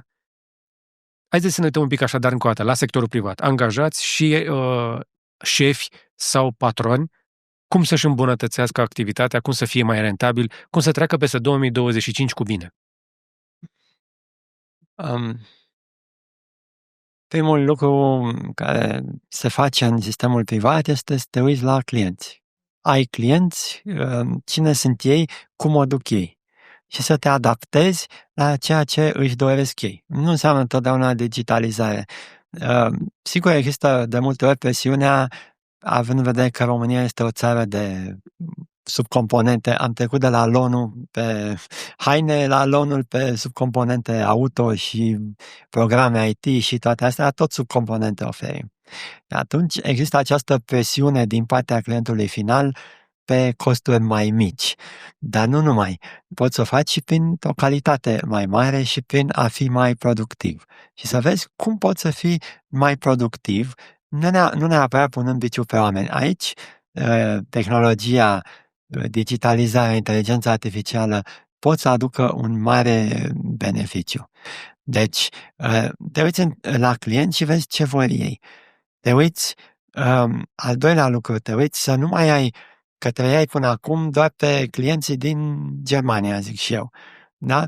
Poate că e momentul să te uiți și la clienții din Polonia, că acolo e creșterea mai mare, din poate Ungaria, poate Bulgaria, poate, nu zic Rusia, da? Poate alte țări din jur, unde există cerere ale produselor respective. Deci puțin mai multă flexibilitate și a zice că, din nou, al doilea lucru pozitiv pe care l-a adus pandemia, l-a adus că i-a învățat pe cei care dețin patronii sau firmelor private să fie mai flexibili și să se uite la de unde pot lua materiale dacă din China nu le mai pot aduce, unde pot vinde dacă anumite lanțuri de aprovizionare s-au stricat. Deci de la client vine în primul rând schimbarea. Să-ți găsești mai mulți clienți, dacă ai mai mulți clienți poți să ai și marje de profit mai bune, poți să te și adaptezi mai repede și sigur tehnologia este al doilea lucru. Prin tehnologie poți să reduci mult costurile. Cum facem asta cu clienții? Mi se pare foarte valoros ce a spus. Totul are să plece așadar de la client. Mă uit la client și încerc să înțeleg ce are nevoie, mai ales ce urmează să aibă nevoie în noul context, că și clienții probabil se vor adapta. Cum fac să mă ajustez eu la piață, că până la urmă asta înseamnă, nu? Să iei niște nevoi și să le rezolvi. Unii dintre noi sunt mai deștepți și le și creează problemele alea, dar aia e pentru corporații. Da, asta e pentru cei care reușesc sau să se ducă pe o nișă și să aibă niște marje de profit extraordinare. Nu toată lumea poate face lucrul acesta. Dar să te uiți la piață, cine sunt toți clienții pentru bunurile tale sau serviciile tale din piața respectivă și din mai multe țări. Și încă există acest sentiment de a te complace că am 5 clienți, nu știu pentru ce fac eu și asta e, merg cu ei înainte și totul e ok. Dacă dintre aia 5 clienți, 3 sunt din Germania și nu le mai merge bine și 2 sunt din Franța și nici aia vor costuri mai mici sau așa, dintr-o dată ți-au mâncat marjele de profit. În schimb, dacă ai 20 de clienți și sunt mai dispersați, dintr-o dată poți să te duci de la unul la altul unde îți convine mai mult. De asemenea, având mai mulți clienți, sigur că și ei vor avea probabil și cereri diferite. Cerințe pentru produsul tău sau serviciul tău să fie mai adaptat pentru fiecare dintre ei. Și atunci, implicit, ești și tu mai performant din punct de vedere tehnologic și a ceea ce faci. Asta e o chestiune de adaptare. Așadar, uite, de la client, du-te după client, adaptează-te și diversifică astfel încât să nu rămâi descoperit în cazul în care ai orice fel de problemă, cât se schimbă clientul sau cât se schimbă furnizorii. Da. Ok? Și abia după aceea digitalizare. Abia după aceea folosește tehnologia ca să te poți adapta mai ușor și ca să poți să scazi costurile și să crești calitatea. De multe ori, calitatea se poate crește prin tehnologie foarte mult. Cum vedeți creșterea productivității la nivel individual? Credeți că este obligatorie sau oportună sau este doar o chestie de care vorbim prea mult, că fiecare dintre noi ar trebui să învețe constant să-și îmbunătățească productivitatea? Cei mulți oameni sunt atât de ocupați cu munca în fiecare zi, ajung obosiți acasă, mai au și familie, ar să mai aibă și un pic de timp liber, să le mai cerem să și își îmbunătățească skill-urile, aptitudinile. Da. Asta cu productivitatea, din punctul meu de vedere, este o falsă problemă. Se calculează ca și indicator, așa cum și produsul intern brut se calculează ca și indicator și este un fals indicator, pentru că nu reprezintă cum trăiesc oamenii în societatea respectivă, este o medie, este așa, deci sunt multe probleme pe care le are produsul intern brut, inclusiv că dacă faci case, construiești case sau construiești arme, tot în produsul intern brut intră și unele trebuie să le consum ca să le tragi să omori pe alții și în altele pot să locuiască oameni. Deci așa, întorcându-ne la produsul intern brut, ca să nu divagăm, la ideea de productivitate. Productivitatea nu este un indicator, dar nu este un scop în sine. Omul nu poate munci eficient mai mult de 3-4 ore pe zi. Corect. Asta este. Și încă o dată lucrul acesta nu trebuie să ne spună cineva, îl luăm pur și simplu de la animale. Cum își foloseau țăranii pe timpuri, animalele, boul, cel mai clasic. Îl ducea dimineața la prima oră când era răcoare, îl punea să muncească 2-3 ore, după care îi dădea pauză și după aceea mai muncea o oră sau 2 după amiază și asta era, deși stătea el de dimineață până seara la câmp. Dar nu punea animalul ăla să muncească continuu, pentru că altfel în 2-3 săptămâni murea pur și simplu. Dar știți că și programul actual de 8 ore nu este fundamentat științific, a fost descoperit empiric.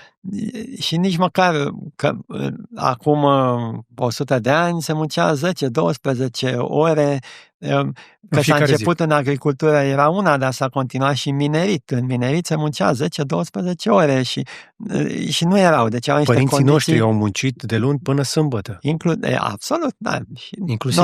Noi eu am mai prins. Sunteți mai tânări și n-ați mai prins. Dar, bun. Dar... Am prins ziua de sâmbătă, cum să nu? Da, ok. Dar deci omul nu este productiv, așa că în momentul în care împarți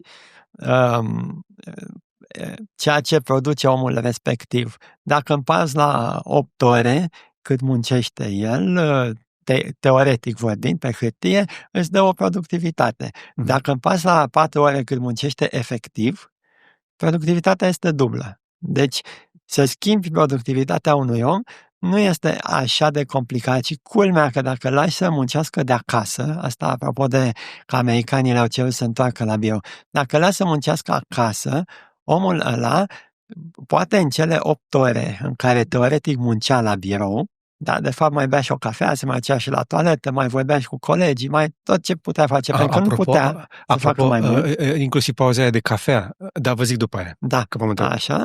Deci, în loc să facă aia, el poate acum, în timpul acela, dacă este o femeie, nu știu, să-i facă copilului de mâncare sau să-și hrănească pisica sau fiecare ce vrea să facă în timpul ăla sau în pauza să-și ia o pauză de jumătate de oră sau o oră, să ducă la sală și să își tragă de fiare sau cine știe ce să facă. Unii se duc în alte țări, sunt în city break-uri. Haideți că există și extrema asta.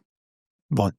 Da, totdeauna sistemul se poate abuza și aici este problema când abuzăm și când facem lucrurile. Cu VPN-uri, cu mouse jigglere. N-ați auzit de mouse jigglere? Nu, asta... Ai o chestie care îți mișcă mouse-ul ca să zic că ești acolo, intri prin VPN cu remote desktop, astfel încât calculatorul ăla să fie live și tu ești... Și tu, de fapt, înnoți timpul ăla. În niște insule. În niște insule, da. Bun.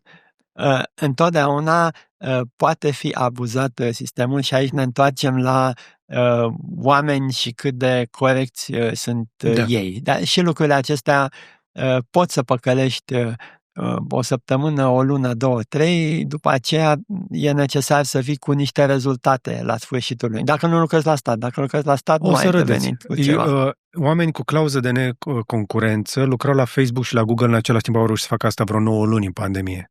Și au făcut bani foarte buni. Deci, Se poate Bun. abuza sistemul peste tot, dar sunt de Se acord că poate productivitatea este limitată. Vreau să vă mai zic o povestire foarte scurtă, asta că aia cu 8 ore, am mai povestit-o, a fost descoperită în fabrica Ford, că au adăugat, au băgat, au scos până când au luat alea 8 ore, iar alea 8 ore și alea cu pauză de cafea, pentru că, spre exemplu, într-o țesătorie, l-a întrebat pe femei cum ar putea să le convingă să muncească și mai mult. Și a zis, dacă ne dați o pauză. Le-a dat o pauză în care să stea, să bea o cafea și au devenit mult mai productive în a doua sesiune de 4 ore. Bineînțeles.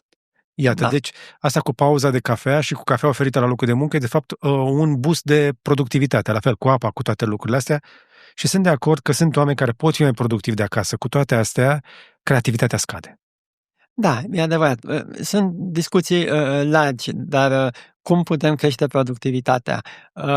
Nu întotdeauna punând oamenii să stea mai mult la birou. Atunci productivitatea e posibil să scadă. Ați încuraja un patron sau un șef să dea posibilitatea oamenilor să plece acasă pentru a-și reduce costurile de operare și să încerce cumva să mențină productivitatea sus, mă gândesc? În momentul în care patronul sau firma respectivă, output-ul, deci ceea ce trebuie să presteze angajații, este cuantificabil foarte clar, practic pe mine nu mă interesează că tu reușești să faci acel produs sau acel serviciu pe care îl faci într-o oră, în 7 ore sau în 24 de ore, că nu te descurci mai mult. Dacă mi-l faci, în rest poți face cu timpul tău orice ce îți dorești, dacă eu sunt mulțumit. Deci asta e recomandarea pentru manageri, să aibă neapărat un mod transparent de a măsura. Bineînțeles. Aici e cea mai mare problemă, să ai un mod transparent de a măsura ceea ce fac oamenii, pentru că altfel ei măsură, și asta e marea problemă, de fapt, în firmele de stat, pentru că acolo nu prea se măsoară output-ul. Fiecare este angajat, dar nu există un sistem foarte clar de a măsura ce fac oamenii. Dacă nu măsori ce fac oamenii, devii arbitrar în a da și salarii, în a și cere că la sfârșitul zilei sau la sfârșitul lunii sau anului, când îi face așa zisa evaluare anuală, omul te întreabă, da, ce mi-ai spus să fac? Dacă nu mi-ai spus tu ce să fac, păi eu am făcut. Dacă mi-ai fi spus mai mult, făceam mai mult. Atât mi-ai spus să fac, nu mi-ai spus că trebuie să am o anumită performanță, atunci de ce mă Deci nu sunteți fan al creșterii productivității, ci mai degrabă al măsurării. Ca să știe fie că ambele părți ce așteptări au. Categoric, care contractul? Nici nu poți să crești până când nu măsori, ca să știi față de unde ai plecat. Da. Ok. Ce alte oportunități vedeți? De fapt, nu oportunități, că de oportunități vorbim mai încolo. Ce metode de intervenție, de avarie urgente, de ajustare de traiectorie pentru 2025 mai vedeți pentru sectorul privat? Deci, în afară de a se uita la clienți și a măsura foarte bine ce fac angajații, să se gândească, asta e greu mental, să se gândească că care este nivelul minim de profitabilitate cu care pot opera și să se gândească, poate pentru un an sau 2, să nu schimbe încă o dată Bentley-ul, ci să meargă pe un profit minim în perioada respectivă. Profit.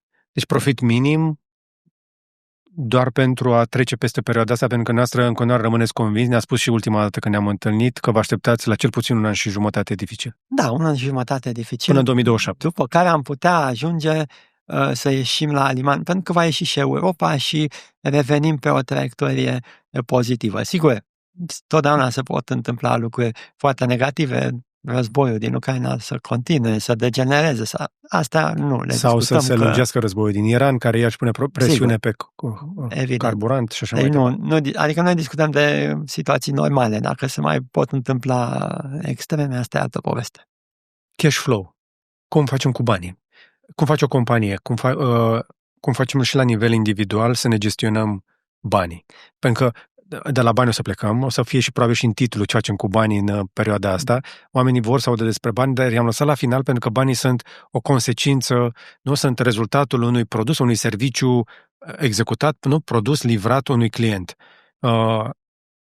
Totuși, fiecare dintre noi avem această datorie, evident, să ne ținem banii sub control. 3/4 însă dintre noi trăiesc de la o lună la alta, de la un salariu la altul, și acești oameni sunt fragili în fața oricăror schimbări de genul ăsta, nu au putere, nu au forță de negociere, nu au posibilitate de a schimba cariera prea ușor. Cei mai mulți dintre noi nu avem buffer, să zicem așa. Haideți să dăm niște recomandări în legătură de felul în care să-și gestioneze, în primul rând, oamenii individual, la nivel individual, banii, cash flow-ul, și apoi să vorbim un pic și de zona asta antreprenorială de business. Bun. Pentru omul obișnuit, rețeta e simplă. În primul rând să se uite la care sunt cheltuielile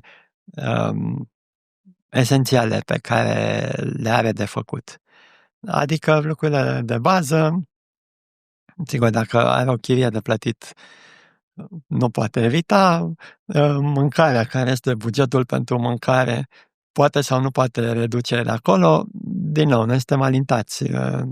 Am învățat să mâncăm prea mult și după aceea trebuie să ne ducem la sală ca să dăm jos kilogramele în plus, sau la yoga sau la whatever. Din nou, nu vorbim neapărat pentru pătura foarte săracă. Pe medie, că nu să vorbiți de medie, și românii sunt printre țările unde jumătate din mâncare ajunge la gunoi. Da.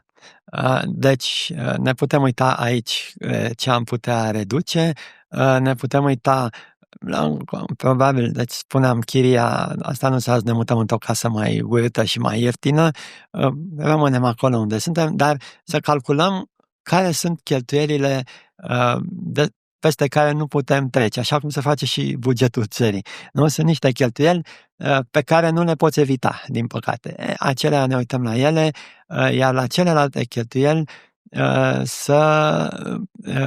ce se mai poate reduce un pic.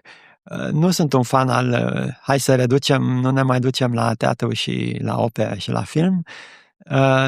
Cultura importantă, nu sunt un fan al ideii, bun, nu mai iau medicamente, că acelea le iei de multe ori pentru că trebuie, dar poate te gândești decât să mănânc prea mult și să fiu prea sedentar și să trebuiască după aceea să iau medicamente, poate trăiesc mai bine, mai sănătos și voi fi mai sănătos și și pot cheltui mai puțin pe medicamente. Și desigur, întotdeauna în acest buget personal nu există doar partea de cheltuieli, există și partea de venituri. Cum pot să fac să îmi cresc veniturile? Domnul Boc ne spunea să ne mai luăm un job. Vă aduceți aminte? Da. Eu nu sunt fan să mai iau un job, pentru că am văzut, cum spuneam, nu pot fi productiv la al doilea job și e foarte bine să reușim să avem un echilibru între viața personală și job. Foarte mult s-a pus presiune pe angajați, în special din privat, să muncească și să stea peste program și să stea 10-11 ore la birou. Nu este ok. Este motivul pentru care mai devreme sau mai târziu ajungi burnout, ajungi să obosești, te îmbolnăvești și după aceea totul va trebui să dai banii pe medicamente, psihologi și alte chestii. Deci ne facem o listă cu cheltuielile de care nu scăpăm. Chirie, mâncare, electricitate, internet. Mai vedem ce mai optimizăm pe acolo. Punem un pic și pe distracție, dar, pentru că nu poți, dar fără exagerări. Adică, încă o dată, mă gândesc oare pot trăi, sau acum 2, 3, 4 ani, când aveam salariu mai mic, mă duceam în city break la Paris o dată la 3 săptămâni. Nu mă duceam în city break la, nu știu, poate la mare sau la munte până la Sinaia. Bun, atunci, poate pentru un an las Paris, Londra, Viena și așa și continui să mă întorc la... Dar știți că noi avem un obicei foarte interesant când ne gândim la city break, exact cum a zis noastră, ne gândim la Paris, Londra și astea, nu face nimeni city break la Sofia sau la Zagreb. Sau la Belgrad. Exact. Sau la Chișinău. Exact, ar fi un moment extraordinar, pentru că lumea asta e mare și sigur, la Milano, eu am fost de multe ori, că lucram la Unicredit și mă trimiteau la Milano și de multe ori am fost.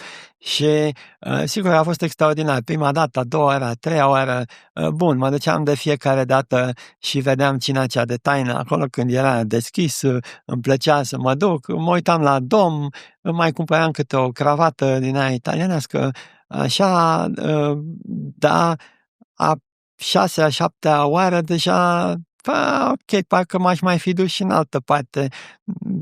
Trebuie să mă mut la altă bancă, să mă duc și m-am dus după aia și la Budapesta și în alte părți. Dar ideea este să vedem... Budapesta acum pe mâncare e foarte scumpă. Da, sau restaurante sau șmecherit. Sigur, dar să vedem cu ocazia asta facem un city break într-adevăr și la Zagreb sau chiar și la Chișinău. Să vedem cum trăiesc oamenii. E foarte fain. Cum mai trăiesc oamenii și mai amăresc decât noi. Ți-i surprins. Și niște restaurante georgiene pe acolo. Da, asta, se poate mânca așa bine. Da. Am fost cu niște băieți, am mâncat niște chestii, m-aș mai duce numai pentru restaurantul ăla, dar aminte pentru restul. Și au și mall acolo, sunt și hoteluri bune mai nou. Da, și eu am mâncat foarte bine în Belgrad, de exemplu, care este un oraș care, sigur, arată ca București acum. Dar ați găsit restaurant în care nu se fuma, nu? Cred că da. Că se cam fumează prin... Nu știu dacă au scos fumatul, dar se fuma încă. Unde am fost eu, cred că nu s-a fumat, și a fost foarte bun. Bun, optimizăm cheltuielile. Acum v-ați ferit să ne spuneți, dar știu că de obicei mai ziceți și despre faptul că ar trebui să ne facem un fond de urgență. Fondul de urgență întotdeauna a fost necesar dacă ai bani. Acum, dacă vorbim de o perioadă de un an jumate, poți să renunți să mai pui bani în plus în fondul acela de urgență. El trebuie să existe. Da, el trebuie să existe, e foarte bine să existe. Pui la el lunar. În perioada aceasta, dacă nu ai de unde să tai, poți să tai de acolo, dar nu iei bani de acolo, ci doar nu mai pui în plus față de ce aveai. Atunci vă dau una mai grea. Pun chirie, pun mâncare, pun în toate cheltuielile, trag linie și iese pe minus. Ce fac? Înseamnă că undeva am o problemă. Nu pot trăi pe termen lung așa, pentru că ajung exact în situația deficitului bugetar al României. Înseamnă... Mi-acoperă mama, mi-acoperă banii din fondul de urgență, mai am o linie de credit, mai sunt niște chestii pe care pot să le vând, mai vând chestia aia. Câte vreme pot să fac chestia asta? Un an jumate și să aștept să vină vremurile alea bune? Dacă sunt sigur că e doar un an jumate, pot să merg inclusiv pe lucrul acesta, așa cum și companiile pot să meargă 1 an, 2, 3, 4 ani pe pierdere. Doar ca să existe și să continue, pentru că este o perioadă mai grea. Dar la nivel personal nu aș lungi o asemenea situație pe mai mult de 1 an, 2, maxim 3, și asta în perioada în care ești tânăr. Și să zicem că ai acea mama, tata și nu ai responsabilități ca și familie, ca și altfel înseamnă că undeva este o problemă. M-aș uita la oamenii din jurul meu, din grupul meu, să zicem așa, în aceeași categorie cu mine, și chiar i-aș întreba, voi cum faceți să o scoateți la capăt? Interesant. Adică unde greșesc eu? E clar că eu greșesc undeva. Fie nu câștig destul și atunci, sigur, e o explicație, fie cheltuiesc prea mult și atunci trebuie să mă întreb de ce cheltuiesc prea mult. Așadar, o relație destul de strânsă cu un grup de prieteni, de sprijin, cu care, da, poate să te mai și distrezi, dar să și schimbi idei, impresii, informații în legătură cu ce se întâmplă în piața forței de muncă, nu? Da, și în viață. Deci, cum de ei trăiesc așa și eu nu pot. Unii dintre ei s-ar putea să răspundă și ăsta mi se pare un efect surprinzător, dar nu neașteptat, al majorărilor de la salariilor de la stat și al pensiilor din ultimii ani. Există foarte mulți oameni tineri care trăiesc din bani puși pe Revolut, de la mami, de la tati, de la bunica, de la cineva, și amână intrarea în piața forței de muncă pentru că sunt ținuți în această perfuzie cu glucoză care este pusă în cont. Ce părere aveți despre intrarea în piața forței de muncă la oamenii tineri și de la ce vârstă ați recomanda să înceapă să muncească, chiar dacă există acești bani în familie? Acum răspunsul e simplu. Bun, dacă fac o facultate, în timpul facultății este momentul, adică undeva la 20-21 de ani. Sigur că e foarte bine să te și distrezi în perioada aceasta, adică poate că nu lucrezi full-time, poate că lucrezi perioade de timp, nu tot anul, depinde. Dar este bine ca un tânăr, atunci când poate, nu doar să se distreze, ci să și muncească, să înțeleagă un pic. Pentru că e importantă experiența pe care o poate acumula în perioada aceea, poate să înțeleagă ce vrea și ce nu vrea, ce îi place și ce nu îi place. Deci nu atât din punct de vedere financiar e important. Sigur că își asigură și o quasi-independență, dar mai mult înțelege lumea din jurul lui, vede ce îi place și ce nu îi place. În felul ăsta poate să înțeleagă dacă vrea să lucreze într-o corporație sau îi se pare că este antreprenor sau îi se pare că nu se înțelege cu cei din jur sau poate lua mai multe decizii. Vrea să stea în România sau vrea să plece. Sunt multe lucruri pe care nu le poți aborda sau accesa doar din discuțiile cu prietenii sau doar din experiențele altora.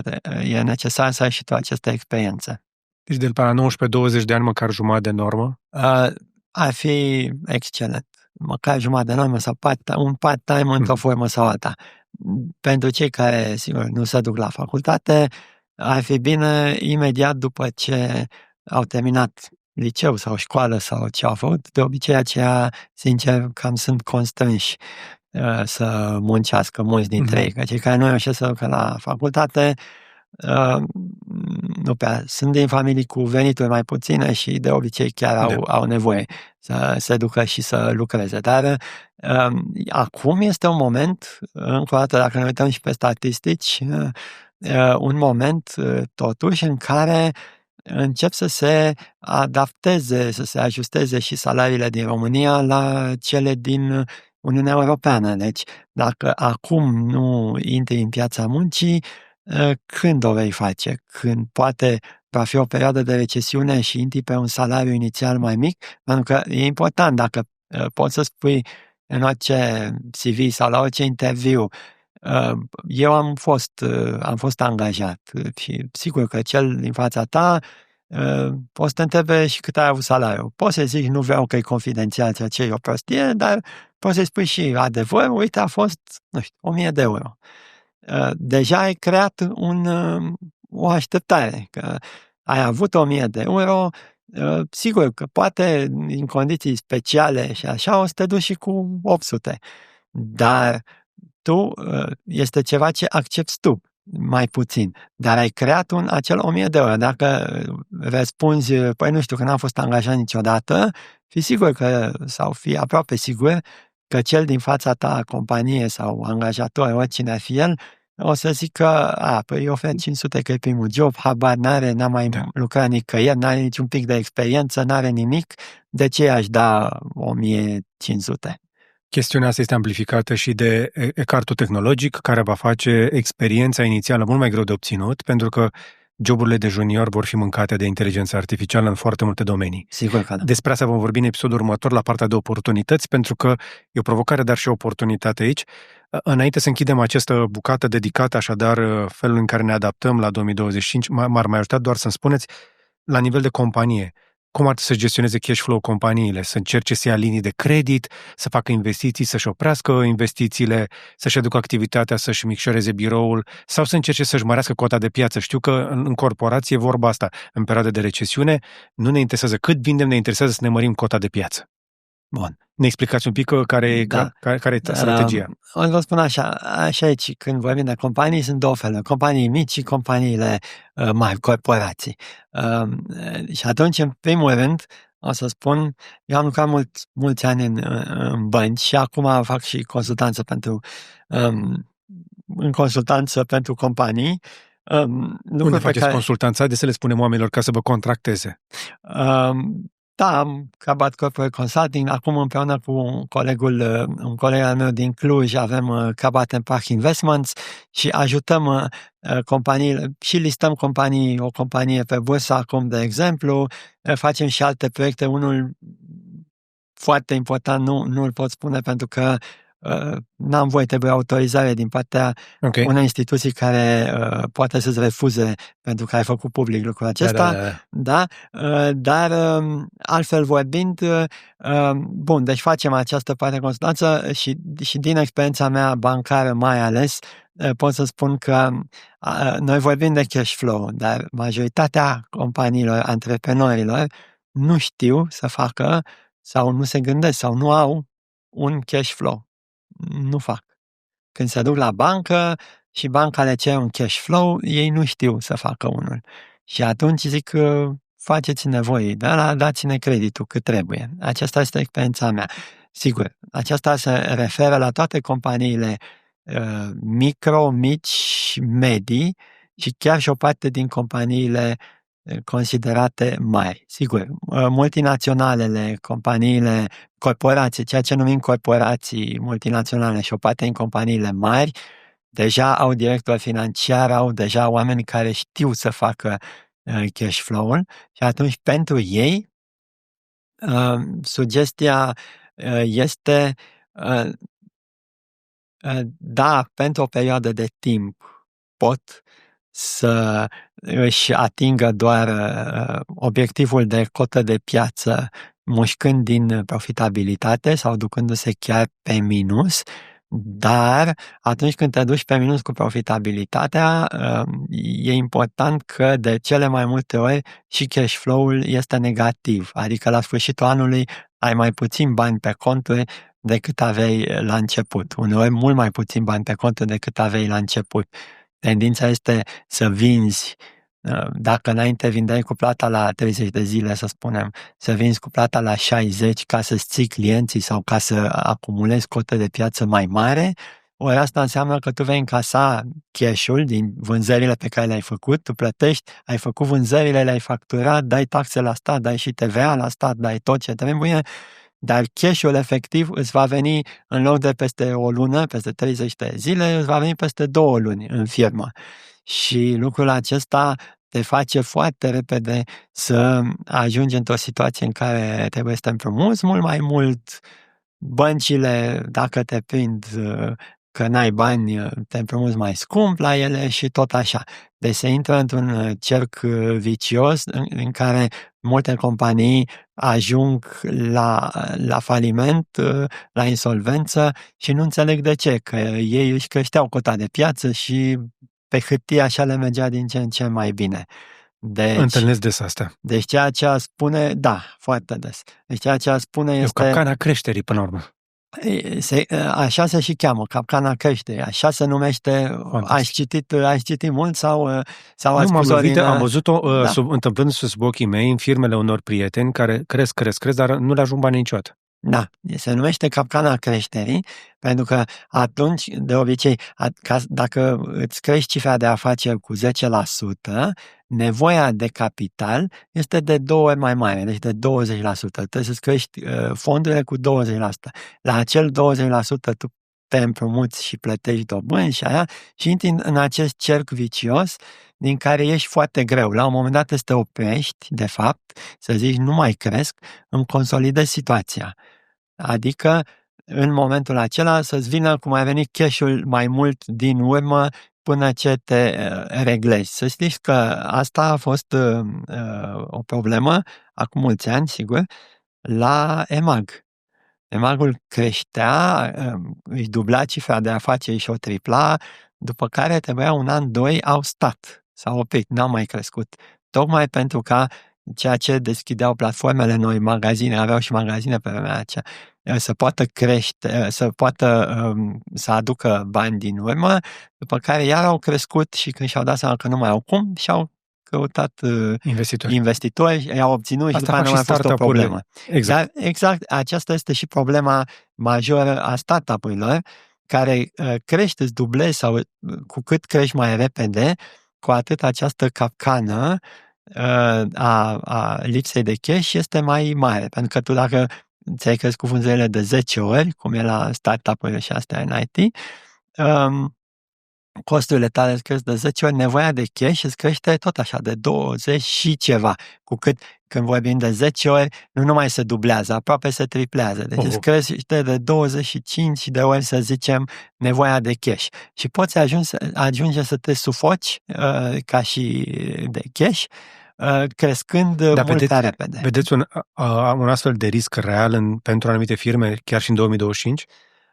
Da, bineînțeles, riscul real este un risc, pentru că în momentul în care ai o criză sau ai o încetinire economică, de exemplu, vinzi la partenerilor din Germania, să spunem, și tu ești foarte bucuros că vinzi la export, dar un partener al tău, clientul tău mare din Germania, îți spune: uite, nu se mai vând atâtea mașini, nu?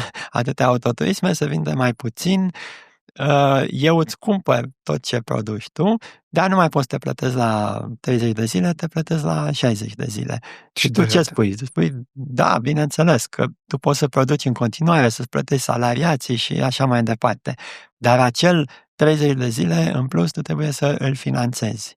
Exact. Și intri în acest cerc vicios. Practic tu oferi un discount de cel puțin 1% în momentul ăsta. Sigur, da. Deci, practic, ai putea să spui: deci dacă plătește-mă tot la 30 de zile, dar îți vând la discount. Și atunci ai obține banii, cash-ul mai repede, cu un discount pe care l-ai oferi mai mare. Acestea sunt niște decizii deja financiare pe care, sigur, dacă ești o firmă mare cu director financiar, vezi care este mai avantajoasă pentru tine. Dar multe din firmele mici nu au asemenea oameni, nu știu să-și facă acest cash flow și intră, în special în perioada, cum ziceam, în perioada de stagnare economică sau de recesiune, intră în acest cerc vicios și de aceea, în acestea, firmele mici și mijlocii dau kicks, au o rată de default mult mai ridicată decât firmele mari. Mai ales că firmele mari, sincer, în perioada de recesiune și profită, pentru că ele știu că vând mai puțin și atunci imediat vor să-și taie din costuri, să-și îmbunătățească fluxurile. Și în cine tragi? Păi în furnizorii tăi, care sunt mici, care depind de tine și cărora le micșorezi marja de profit, îi plătești mai greu, îi plătești, deci practic te finanțezi pe seama acelora.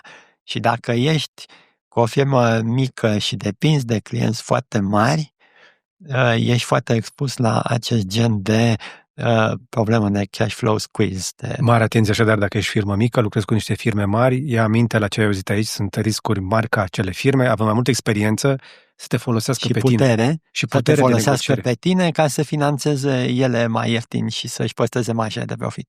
Văd și un risc al un efect de domino. N-ai nevoie de mulți care să nu te mai plătească. Ok, ți-ați cerut o dată de la 30 sau la 60 de zile pe care spune: n-am să-ți dau.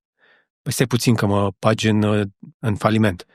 Nu am încasat, mai așteaptă-mă încă 30 sau încă 60 și problema se poate acutiza foarte repede. Cum fac cei din companii să preîntâmpine astfel de situații? Ideal este dacă ai mai mulți clienți, din nou. Diversificat. Dacă ai mai mulți clienți, ești diversificat, sigur, de la unul primești mai greu, de la altul primești mai ușor și o scos cumva la capăt. Dacă unul chiar nu te plătește, renunți la el, dar dacă depinzi de câțiva clienți și sunt mari, atunci nu prea ai scăpare de aici. Am observat un comportament la anumite companii mari și foarte mari, care, dacă este să-ți dea marfă, vor cu plata în avans. Nu te mai creditează. Bineînțeles. Este absolut normal, se finanțează pe banii tăi, adică în loc să se ducă la bănci, își reduc, de peste tot își reduc costurile într-un fel sau altul și în același timp nu au încredere în tine că vei mai plăti. Exact. Atunci că tu ești mic și atunci nu-și mai iau acest risc pe tine. Deci companiile mari îți cer bani în avans, companiile mici sunt forțate să lucreze la 30, 60, 90 de zile. Dacă lucrezi cu statul, s-ar putea să fie 360 de zile, de multe ori. Și atunci, cum faci să te protejezi de asta? Doar prin diversificare, să nu fii dependent de un singur furnizor care, statistic vorbind, s-ar putea să pice câțiva dintre ei. Da. Cealaltă variantă este, sigur, te duci la bănci și faci factoring, faci diverse lucruri. De astea de obicei sunt foarte costisitoare. Adică atunci când faci lucrurile acestea, apelezi la finanțări din acestea, de fiecare dată e necesar să ai pe cineva în interior care să știe cât de mulți bani o să dai, că e posibil să dai la bancă sau la factoring sau la firma de Ce la înseamnă IFN. factoring? Explicați-ne un pic ce este factoring-ul ăsta. Adică factoring-ul înseamnă că atunci când ai încasat o factură cu plată la 60 de zile, să spunem, te duci la o companie specializată, fie că e bancă, fie că este un IFN, îi dai ei să încaseze cum ai venit factura respectivă și ea îți plătește o parte din suma respectivă. Îți poate plăti, să zicem, 70-80% din sumă, dar acel 30% practic pentru tine este un cost foarte mare și trebuie să ai un calcul intern acolo dacă îți convine acel 30%. Dacă acel 30% de fapt însemna marja ta de profit, s-ar putea să nu îți convină și s-ar putea să ieși pe pierdere. Dar factoring-ul este practic un fel de asigurare împotriva falimentului unui partener. Nu întotdeauna. Împotriva riscului de neplată. Este un fel de asigurare, dar nu întotdeauna, pentru că e posibil ca dacă partenerul tău de faliment, firma de factoring sau banca să-și ceară banii înapoi, de fapt. Nu e întotdeauna o asigurare. Okay. Da, e mai complicat. Dar există vreo metodă de a face o asigurare pentru astfel de situații? Da, dar întotdeauna gândiți-vă că, hai să spunem că noi doar avem o firmă de asigurare, vrem să-i asigurăm pe toți, dar nu vrem să plătim mai mult. Deci asigurarea de obicei, sincer, este mai scumpă decât dacă, de multe ori, decât dacă ai sta neasigurat. Dar este un cost pe care ți-l asumi ca să nu ai riscul de pierdere totală. Cum facem să ne luăm măsuri de prevedere? Complicat, nu? Complicat. Și pentru fiecare să spionezi client, partenerii, să faci un pic de intelligence? Nu, pentru fiecare client soluțiile sunt diferite. Depinde mult de industrie, depinde dacă ești o firmă mică, medie, mare, depinde ce putere ai pe piață, pentru că poți să fii o firmă foarte mică de nișă, dar dacă tu ești singurul producător pe nișa respectivă, să nu ai niciun fel de griji. Adică nu contează neapărat nivelul cât de mare sau mică e compania, ci cât de bine e poziționată în industria ei și în piață. Deci îți trebuie de sos secret. Da, deci răspunsul este diferit pentru fiecare companie în parte. Nu există o soluție unică. E clar că depindem unii de alții și când pică unul vor mai pica și alții și ne afectăm unii pe alții și trebuie, oricâte măsuri de prevedere ne vom lua, cineva o va păți. Da, și trăim într-un mediu acum în care Europa nu mai este într-o asemenea efervescență și lumea întreagă nu mai este într-o asemenea efervescență economică cum a fost cam 20 de ani în ultimii ani, înainte să înceapă pandemia și războiul din Ucraina și toate acestea. Deci este o perioadă în care supraviețuiesc cei mai bine poziționați decât ceilalți. Deci e o perioadă în care fiecare dintre noi e bine să fie foarte atent la finanțele lui. O spuneți de fiecare dată. Haideți să recapitulăm așadar, înainte să închidem episodul ăsta. Am început cu angajații de la stat, cărora le-am recomandat să încerce să fie eficienți dacă nu se orienteze către mediul privat, să aibă încredere în aptitudinile lor, să încerce să le îmbunătățească dacă se poate, dar să fie pregătiți pentru schimbare dacă e nevoie. Corect? Absolut, da. Apoi, angajații din privat să se aștepte la înghețări de salarii, poate și niște restructurări sau și așteptări mai ridicate de la patroni. Sigur, sau să nu mai crească salariile lor chiar așa cum au crescut în trecut. Să fie mai adaptabili, pentru toată lumea să-și facă o listă de cheltuieli și să vadă dacă dă cu plus sau cu minus și să încerce să fie sustenabili fără să sacrifice un fond de urgență. Da. Pentru cei din firme, în ultima bucată ne-am concentrat pe soluții reale de felul în care îți organizezi business-ul astfel încât să nu intri în capacitatea de plată din cauza altora, nu neapărat, sau din cauza ta. De obicei este nu din cauza ta, pur și simplu poți să fii într-o situație în care depinzi de alții care au o putere mai mare de negociere decât tine. Și atunci să zicem că e din cauza altora, dar tu accepți situația aceasta și începi să o schimbi.